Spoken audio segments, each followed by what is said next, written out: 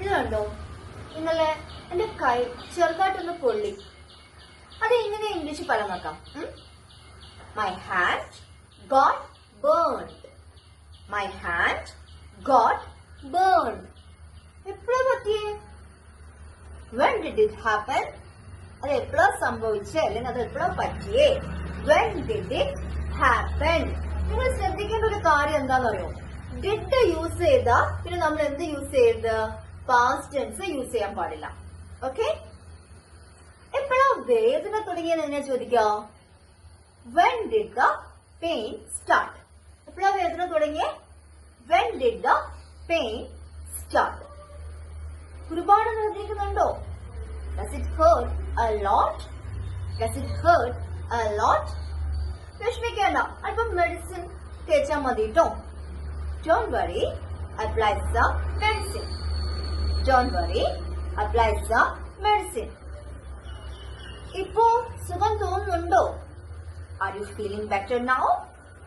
Are you feeling better now? Okay?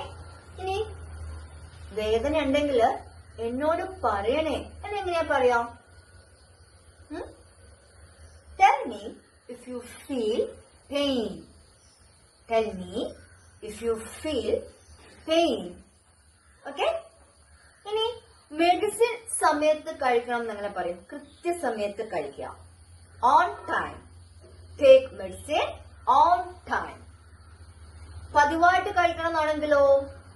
Take medicine regularly. Take medicine regularly. ഞാൻ ഇപ്പൊ തന്നെ medicine കഴിക്കണോ? Should I take medicine now? ഞാൻ ഇപ്പൊ തന്നെ മെഡിസിൻ കഴിക്കണോ? Should I take medicine now? ഇപ്പൊ നമ്മൾ പറയാം, എന്റെ ശരീരം ആകെ വേദനിക്കുന്നു. How can you say that? My body is aching. എന്റെ ശരീരം ആകെ വേദനിക്കുന്നു. My body is aching. Doctor എപ്പോഴാ വരിക? When is the doctor coming? Doctor എപ്പോഴാ വരിക? When is the doctor coming? എനിക്ക് തല കറങ്ങുന്നു. I feel dizzy. എനിക്ക് തല കറങ്ങുന്നു. I feel dizzy. Hope you might have understood. So let's find out. Take care. Thank you.